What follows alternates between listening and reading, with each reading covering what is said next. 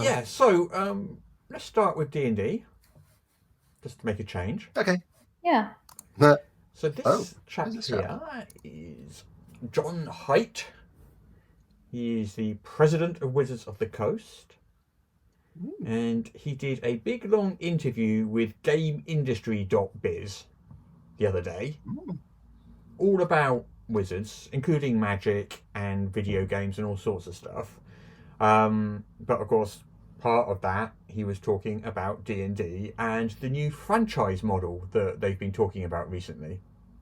Yeah, I remember we covered that the other month, and it confused a lot of people because they thought that meant that people could buy a franchise of D&D like you buy McDonald's franchise, but that's not what it means. No, it's franchise as in the Marvel franchise, or the it's a franchise as in an IP, a property. Yeah. Yeah. More, I guess brand might be the best way for most people to understand that. I guess. Yeah, that would have been the term I'd have used, but nevertheless, that's not the one that they chose. Yeah. So he talked about a couple of things. He talked about the franchise model. He talked a little bit about video games, and he also talked a bit about AI. Oh yeah, generative AI. Oh yeah. Okay. So I mean, he's got too much money on hand and wishes to set some of it on fire. I mean, he could give it to me. I'll set it on fire for him, or I'll spend it. Like, either way is good. Yeah. Well, this is what the franchise model is about.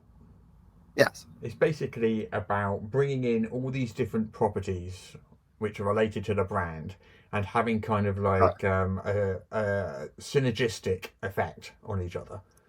Baldur's Gate 3, Dungeons and Dragons Honor Amongst Thieves, definitely part of the D&D brand. Stranger Things is part of D&D now? No, it's not necessarily part of the D&D brand, but it is also sort of part of how their going forward strategy is. So he mentions in the interview that they wish that they had some kind of D&D product linked into Honor Amongst Thieves. Yeah, that felt like an obvious win. Yeah. I remember they had like some pre-gens and stuff, but But there could have been an Honor Amongst Thieves starter set. There could have been a hardcover adventure. You know, there's a load of different things they could have done, but they did none of those things. Yeah. I mean it was really good. So, sorry. Yeah, I enjoyed the film. I mean, I think because in the film they had previously gone on a heist, and the movie was set after that. The adventure could have been that heist, and you could have been someone else there. That could have been a good tie-in. So I don't know, just as a idea. So Rai versus the World there says, what, no mention of the new Exodus TTRPG? Yeah, I mean, we did cover that the other week, but yes, that's an excellent example of them making a TTRPG to go along with a video game that they're producing. So they actually did it this time. They actually, did the two things. But I think that was planned long before this new franchise model came in.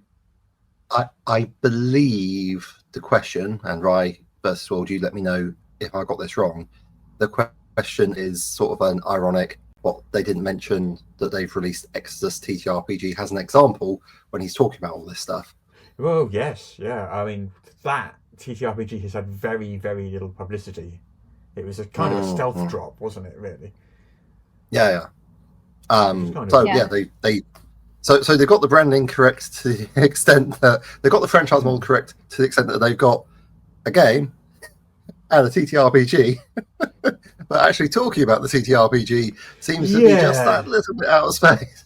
Well, I don't quite understand that, but hey. I imagine they had these conversations internally, which is why they're like, hey, why aren't we doing this? And so they're restructuring to make sure they can. Because we know, we've talked about there's the Stranger Things starter sets and information that are planned to come out next month in October, which is when I believe the final season of Stranger Things is coming together. Welcome to the Hellfire Club, that is called. Yeah.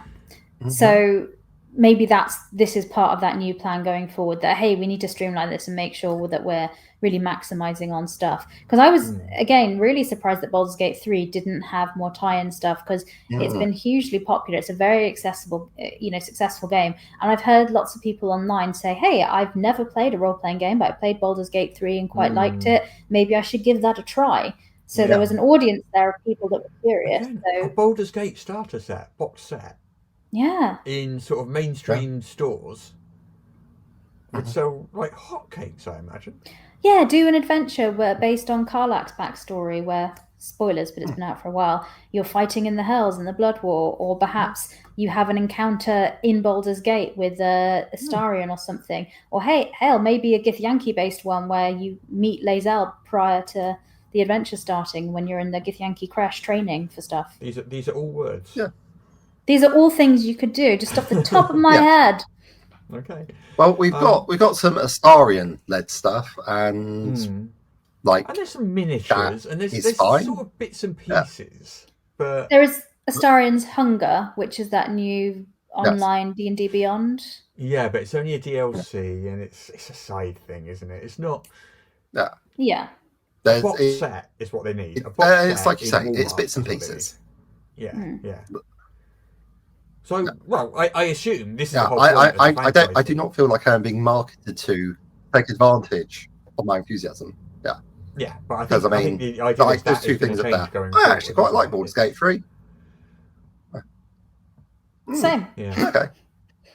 Don't talk about it much, but I do. The Stranger Things box set is coming very soon.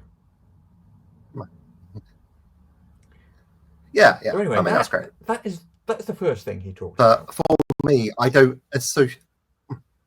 Yeah. Then he talked a bit about AI.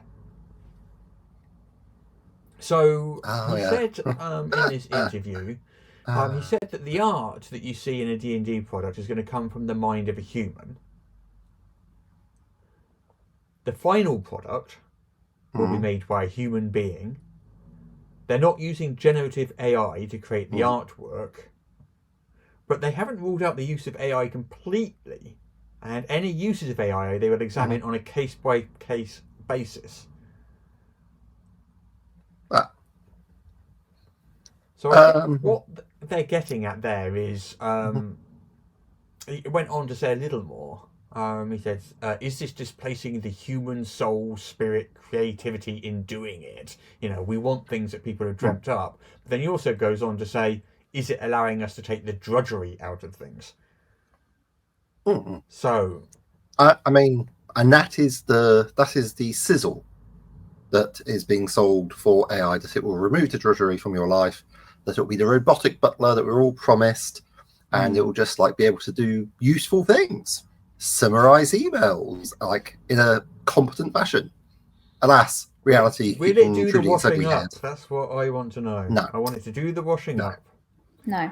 We get to keep all the chores. It gets to do like a ham-fisted job at the artistic clean size. Up after my dogs.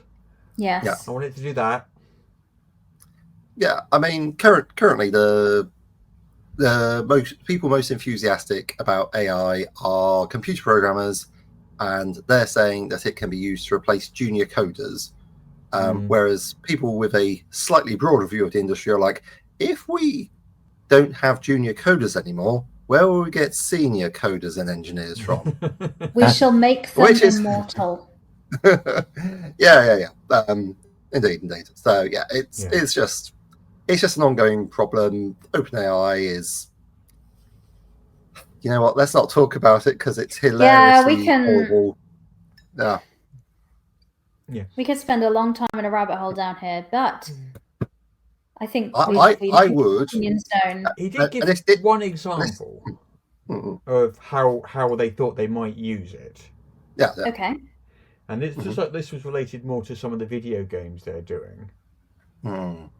And it was to have AI do the voices in the video games during development, so that could be tested on audiences before they lock down what the final text is going to be, at which point they would then bring in the voice actors to actually do the proper speech. So in the kind of development phase, but not the final phase, was kind of what he was saying. I mean, I mean, you know, another way they could do that sort of thing, they could say, hey, Jimothy, why don't you read this out for us, just as a test piece? Blam. Yes, So they got yeah, an that's actual that's person the to thing. I don't feel like that is a massive workload that the AI is taking on there, No, is it? it's like it's an attempt to solve the problem of wages. That's Yes. what this AI stuff is about, and it's very objectionable. Yeah. But yeah, but I mean that is a very niche case, which is not very good. It doesn't do anything. Like it's not not its fault. It doesn't have context. It cannot do It cannot do an image description in a helpful way to humans because it doesn't share context with humans. It doesn't Not know what's a important design on that flaw, image, not a problem inherent to it. Yeah, well, exactly. It's like because it literally does not share context with us. That's not its fault. It's not the designer's fault, but like it's the people trying to tell you that it can do these things. It's their fault that there is a problem there. But yeah, and like reading that statement, like I am inclined to give Hasbro the benefit of the doubt and think that what we currently have at the moment, we've got this massive AI bubble that is like quivering, ready to pop, but you still have to, even if you look at the technology saying, nah, it's stupid, you still have to please your investors, not rule out AI. You know? So a lot of that's why a lot of people have thrown themselves full into AI because everyone else is doing it.